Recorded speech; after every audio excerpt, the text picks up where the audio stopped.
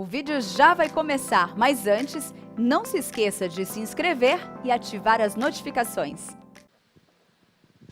Meus amados, eu trago um fraterno abraço da Primeira Igreja Presbiteriana do Recife, a essa amada igreja, parceira na proclamação do Evangelho. A mensagem que nós pregamos ao mundo, falar das virtudes daquele que nos tirou das trevas e nos trouxe a sua maravilhosa luz, a graça de Deus. E é sobre isso que eu gostaria de falar nessa manhã com vocês. Queria convidá-los a que vocês pudessem abrir a palavra de Deus no segundo livro de Samuel, no capítulo 9, e colocarmos a nossa atenção nesses 13 versos do capítulo 9, do segundo livro de Samuel.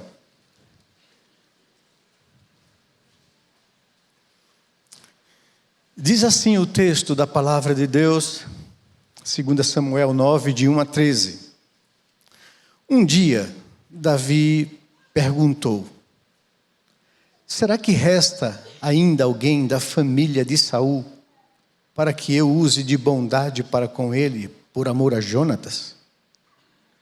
Havia um servo na casa de Saul, cujo nome era Ziba. Chamaram-no, pedindo que viesse falar com Davi, e o rei perguntou: você é Ziba? Ele respondeu: sou eu mesmo, seu servo. Então Davi perguntou: existe mais alguém da família de Saul para que eu use de bondade de Deus para com ele? Ziba respondeu: ainda existe um filho de Jonatas, porém aleijado de ambos os pés. Então o rei perguntou: e onde ele está? Ziba respondeu: ele está na casa de Maquir, filho de Amiel, em Lodebar. Então o rei Davi mandou trazê-lo de Lodebar, da casa de Maquir, filho de Amiel. Quando Mefibosete, filho de Jonatas, filho de Saul, chegou diante de Davi, inclinou-se, prostrando-se com o rosto em terra. Davi disse: Mefibosete? Ele respondeu: aqui estou, às suas ordens. Então Davi lhe disse: não tenha medo, porque serei bondoso com você por causa de Jonatas, seu pai. Vou restituir a você todas as terras de Saul, seu pai, e você sentará sempre à minha mesa para comer. Então Mefibosete se inclinou e disse: quem é este teu servo, para que o meu senhor tenha olhado para um cão morto como eu? Então Davi chamou Ziba, servo de Saul, e lhe disse: tudo o que pertencia a Saul e toda a casa dele eu dei ao neto de seu senhor. Você, os seus filhos e os seus servos cultivarão a terra para ele e recolherão os frutos, para que a casa de seu senhor tenha o que comer. Porém, Mefibosete, neto de seu senhor, sentará sempre à minha mesa para comer. Ziba tinha 15 filhos e 20 servos. Ziba disse ao rei: farei tudo o que o rei, meu senhor, ordena a este seu servo. E assim, Mefibosete passou a fazer as refeições à mesa de Davi, como um dos filhos do rei. Mefibosete tinha um filho pequeno chamado Mica. Todos os que moravam na casa de Ziba eram servos de Mefibosete. Mefibosete passou a morar em Jerusalém, porque fazia as refeições sempre à mesa do rei, apesar dele ser coxo de ambos os pés. Vamos orar mais uma vez, buscar do Senhor a graça necessária para ouvirmos a sua voz nessa manhã. Pai, como é bom poder estar junto com o teu povo, cultuando ao Senhor em tua presença, agradecendo por toda a graça e a misericórdia que o Senhor tem usado para com nossas vidas. Como é bom poder cantar os teus louvores, ler a tua palavra, colocar diante do Senhor a nossa vida em oração. Como é bom, Senhor, saber que tu és o nosso Deus e que sempre, a cada manhã, renova as tuas misericórdias e graças sobre a nossa vida. Abençoa-nos nesse momento agora. Abre os olhos do nosso entendimento, fale ao nosso coração pela Tua palavra, pelo Teu Espírito. Que saiamos daqui, Senhor Deus, convictos de que estivemos diante do Deus da glória e a nossa vida foi transformada. Nós oramos assim, em nome e no amor de Jesus, a quem rendemos toda a honra, toda a glória e louvor, Senhor. Amém, Pai amado. Esse é um dos textos que para mim é muito precioso. É uma das melhores ilustrações práticas da graça de Deus. Sempre tenho dito às pessoas que a vida de um cristão sincero, pode ser dividida entre antes e depois de se entender a doutrina da graça de Deus. Esse episódio aqui narrado em 2 Samuel, capítulo 9, de 1 a 13, nos oferece um exemplo vivo do que significa a doutrina da graça de Deus oferecida a seres humanos. O texto se dá quando o rei Davi, após muitas perseguições, dificuldades e lutas, goza o melhor momento de sua vida como rei e como líder da nação de Israel. Davi não só havia subido ao trono, mas também havia conquistado o coração de todo o povo. A nação inteira cantava os seus salmos e os seus louvores. Nódoa alguma manchara ainda a sua reputação e a sua integridade. Ele havia expandido as fronteiras do reino, o seu exército era temido e a nova nação respeitada pelos povos inimigos. Davi gozava de saúde e de prosperidade. Ele era um vitorioso. Nunca havia experimentado derrota no campo de batalha. A economia e as relações diplomáticas iam muito bem, havia paz e prosperidade dadas por Deus.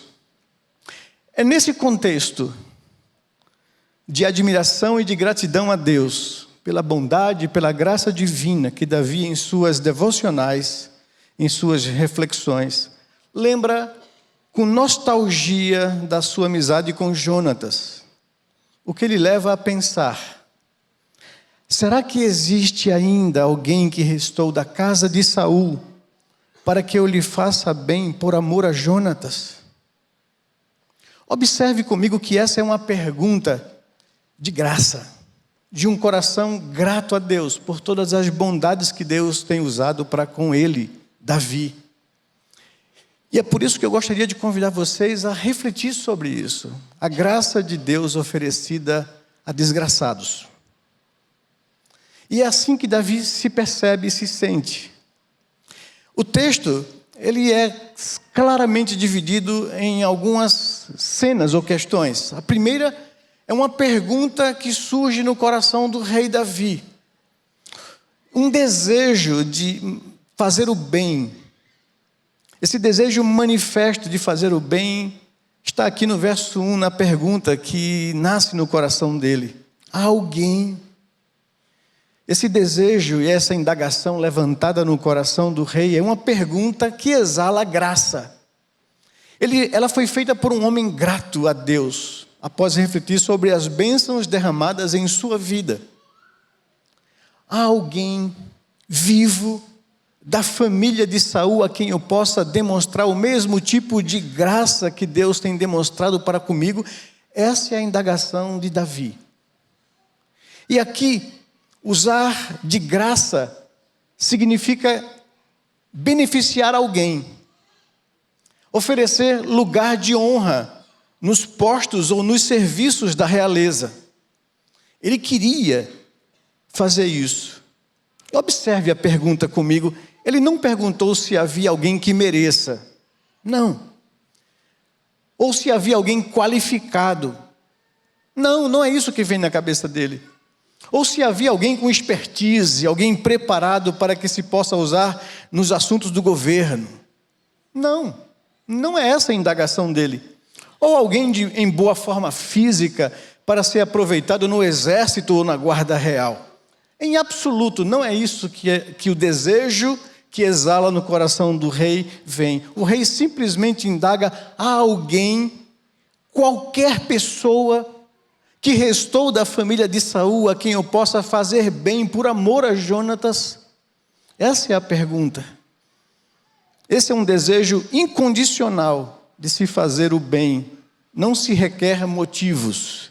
Simplesmente se procura alguém por aí, alguém aqui neste lugar, a quem Deus possa fazer o bem por amor a Cristo, o seu Filho.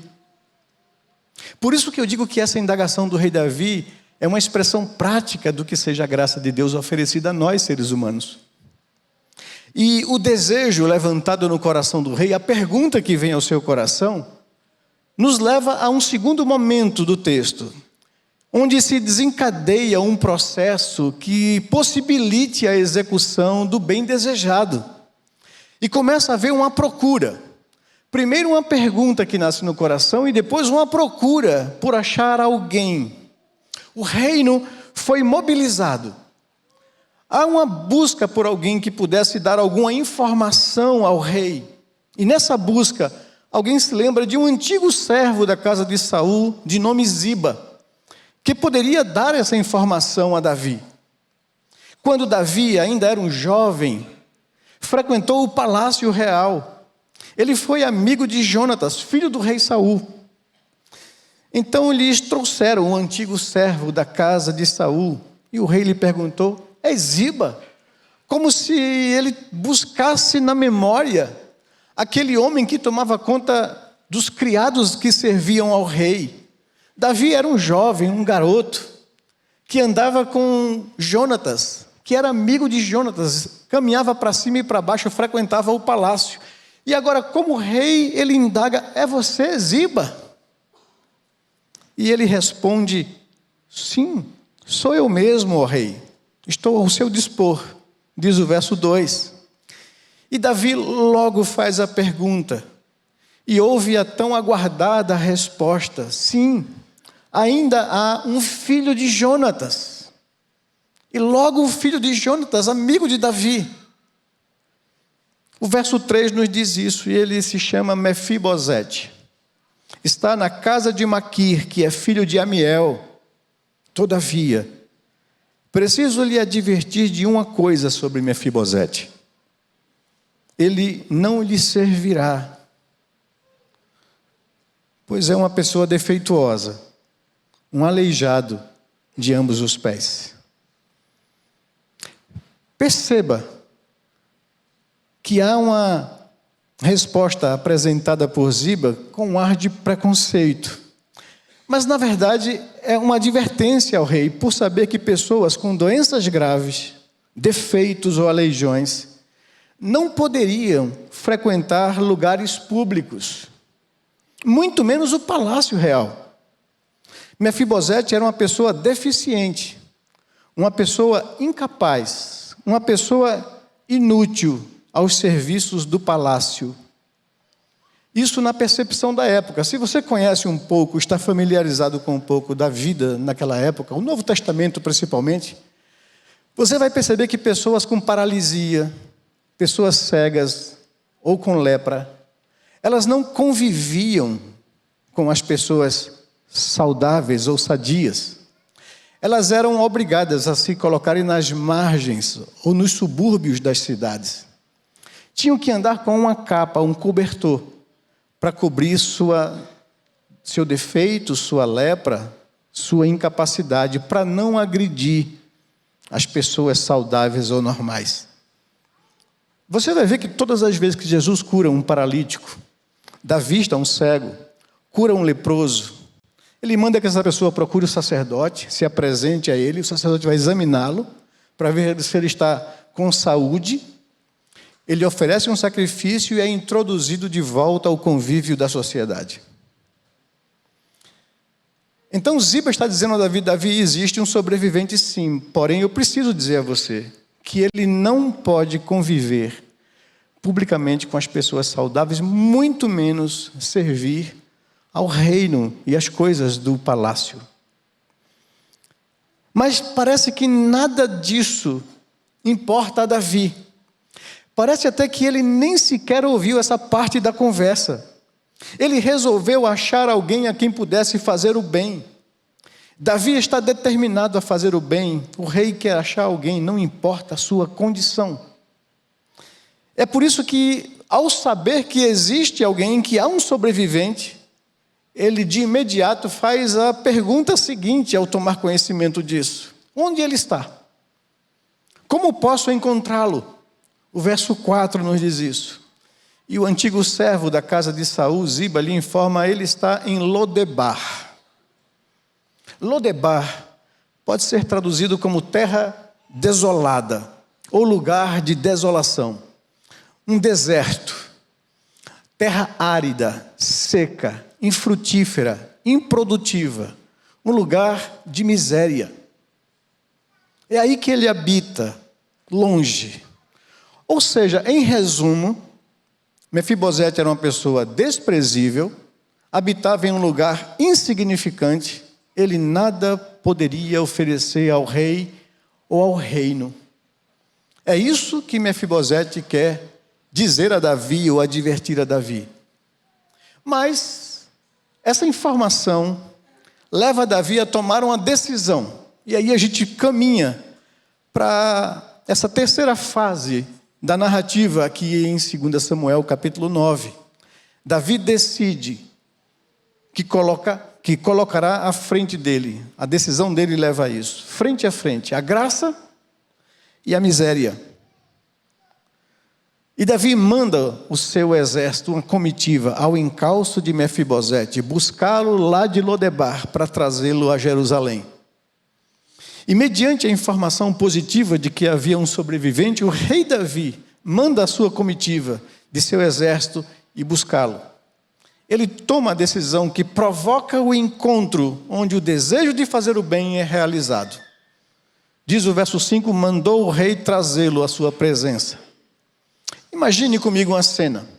Venha viajar um pouquinho comigo aqui. Uma caravana, uma tropa, uma comitiva do exército real cruza o deserto de Lodebar e chega a uma humilde morada, um casebre. Daí desce um oficial representando a comitiva real e bate a porta. O que é isso? Talvez alguém grite lá de dentro. O que isso significa?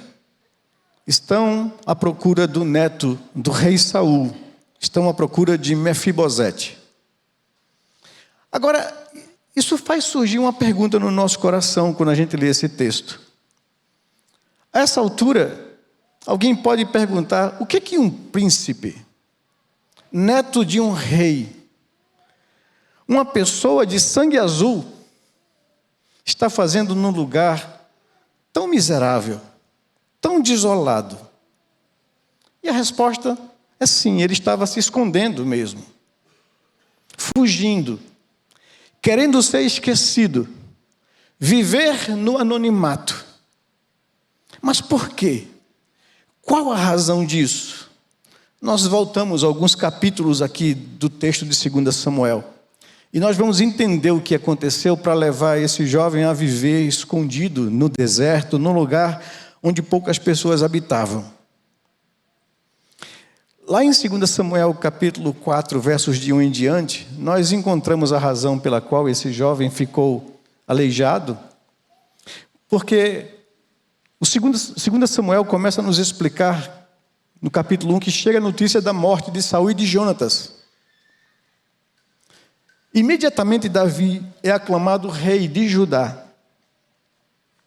Abner, que era o capitão do exército de Saul, fez com que o último filho de Saul, Isbosete, assumisse o reinado em Israel. Davi é ungido e aclamado rei de Judá. Isbosete, dirigido por Abner, é aclamado rei em Israel. Mas Isbosete é fraco como rei e começa a se mostrar inseguro nas decisões de uma guerra. Joabe, capitão do exército de Davi, peleja contra Abner.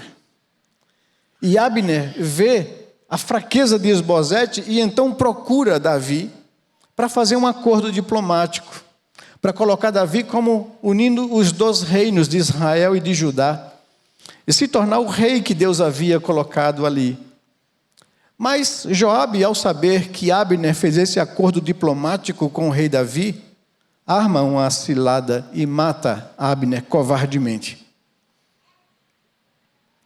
Isso foi uma tragédia. Quando Abner morre, Isbosete se vê sem segurança, e 2 de seus homens, enquanto ele dormia após o almoço, entram na sua casa e o matam. Arrancam-lhe a cabeça e vão levar para Davi, achando que isso iria agradar o rei. Davi, quando tem conhecimento do que eles fizeram, Davi manda matá-los e colocá-los em praça pública, para que acabem a matança contra a família de Saul. É exatamente aqui, nesse momento de medo, nesse momento de insegurança, nesse momento de chacina aos descendentes de Saul, que a ama do menino Mefibosete, na tentativa de salvaguardá-lo, foge, e na fuga, ele cai de seus braços e quebra as 2 pernas. E é por isso que ele fica aleijado para o restante da sua vida.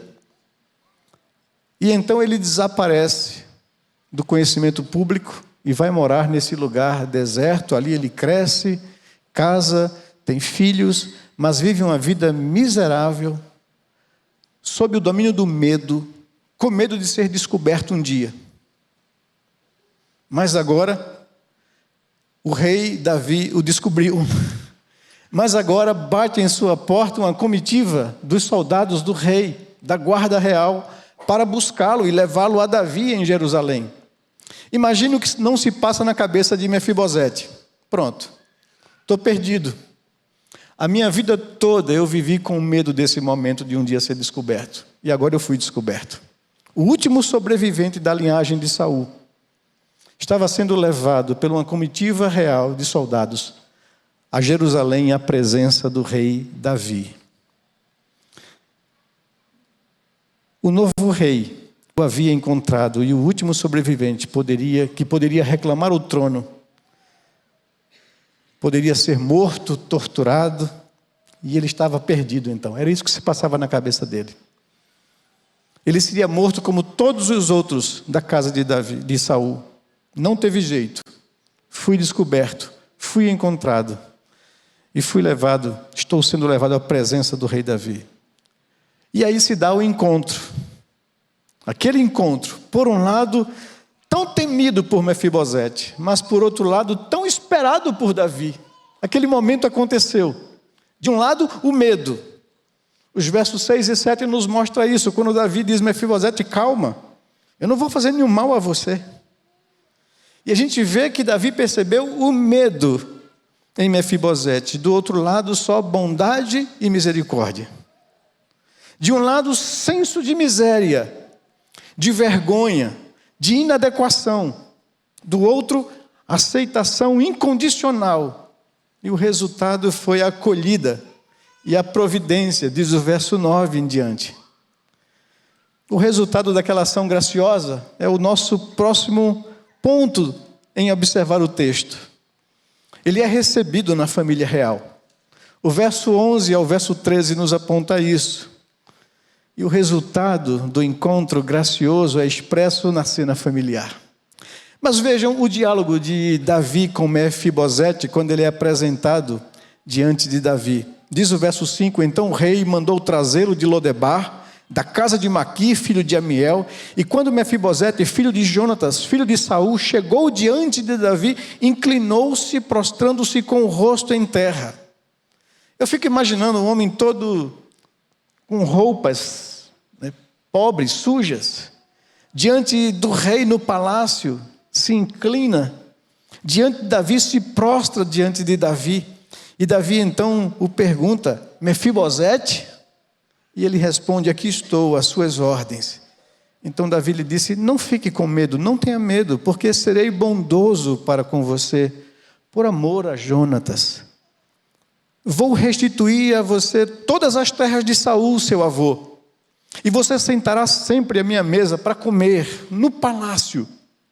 Então Mefibosete se inclinou diante de Davi e disse: quem sou eu? Olha para mim, rei, eu sou como um cão morto. Por que o Senhor está agindo com bondade para com a minha vida?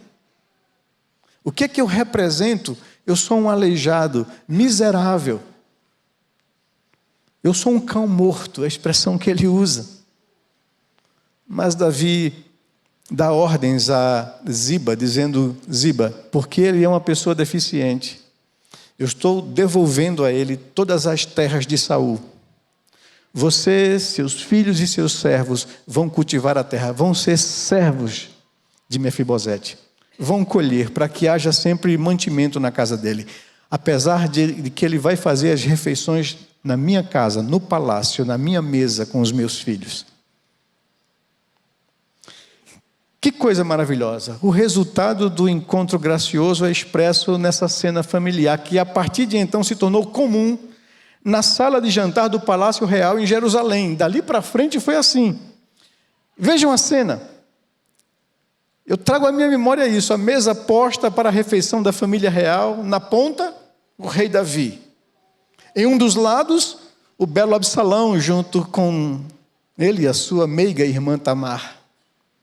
No outro lado, o estudioso e sábio Salomão, entre outros filhos do rei. De repente, toca-se a sineta, abre-se a porta da sala de jantar do Palácio Real. Um convidado começa a entrar, Mefibosete. Ele vem andando devagar, com alguma dificuldade, puxando-se de moletas, meio desengonçado, claudicante. Daí então ele se senta à mesa e começa então a refeição. Aquele homem nunca havia imaginado tal cena em sua vida. Ele viveu seus anos com o fantasma de um dia ser descoberto e ter o mesmo fim de seus familiares. Viveu na miséria, sob o medo. Agora ele vive uma vida digna.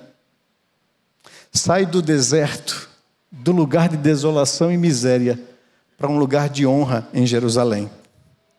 Ele nunca imaginou que isso poderia acontecer em sua vida. Agora ele vive uma vida digna no palácio, na realeza, entre os nobres. Sabe o que podemos chamar isso? Graça. Graça. Favor não merecido. Agora, talvez você esteja perguntando: pastor, o que toda essa história tem a ver conosco hoje? O que isso tem a ver com o Evangelho? O que podemos aprender dessa situação? E eu gostaria de trazer algumas aplicações para nossas vidas hoje. Fazer algumas analogias e paralelos entre o que Davi fez com Mefibosete e o que Deus faz conosco. Em primeiro lugar, em certa ocasião, Mefibosete gozou da companhia do seu pai Jonatas. O mesmo aconteceu com os nossos primeiros pais, Adão e Eva, no lindo jardim do Éden. Eles tiveram o privilégio de viver em comunhão com Deus, o Pai. Mas, ao acontecer na vida de Mefibosete a tragédia, a morte do seu pai Jonatas e do seu avô Saul, veio o medo. E Mefibosete sofreu a queda que o prejudicou pelo resto da vida. O mesmo aconteceu conosco, os seres humanos. Quando veio o pecado, nós, os seres humanos, sofremos a queda que nos deixou definitivamente aleijados na terra. E não mais somos dignos de estar na presença de Deus. O rei Davi, em seu amor incondicional pelo amado amigo Jonatas, buscou alguém a quem pudesse estender a sua graça, o seu favor. Da mesma maneira, irmãos, Deus Pai, por causa da aceitação da morte do seu filho na cruz, continua a buscar alguém a quem possa estender a sua graça. E essa pergunta de graça ainda ecoa nos dias de hoje. Há alguém a quem eu possa fazer bem por amor ao meu filho Jesus? Aquele aleijado nada tinha a oferecer, nada fez, nada merecia. Ele nem mesmo tentou ganhar o favor do rei. Sabia que nada podia oferecer ao rei. Só pôde aceitar humildemente o favor a ele oferecido. Nós também, irmãos, pecadores, sem esperança e totalmente sem merecimento, indignos do favor de Deus, só podemos aceitar humildemente o seu amor, o favor que nos é oferecido em Cristo Jesus. O rei Davi removeu o aleijado de sua miséria existencial, de um lugar de aridez e de isolação para um lugar de comunhão e de honra. Deus, o nosso Pai, fez o mesmo por nós. Ele nos tirou de nosso Lodebar pessoal de miséria e de depravação. Ele nos resgatou do inferno e da condenação e nos trouxe para um lugar de sustento espiritual, de intimidade e de comunhão com Ele. Davi adotou Mefibosete na família real, dando-lhe provisões ininterruptas, sustento e bênçãos. Nós também, nós fomos adotados por Deus em sua família, como filhos e filhas, cercados de delícias sem fim.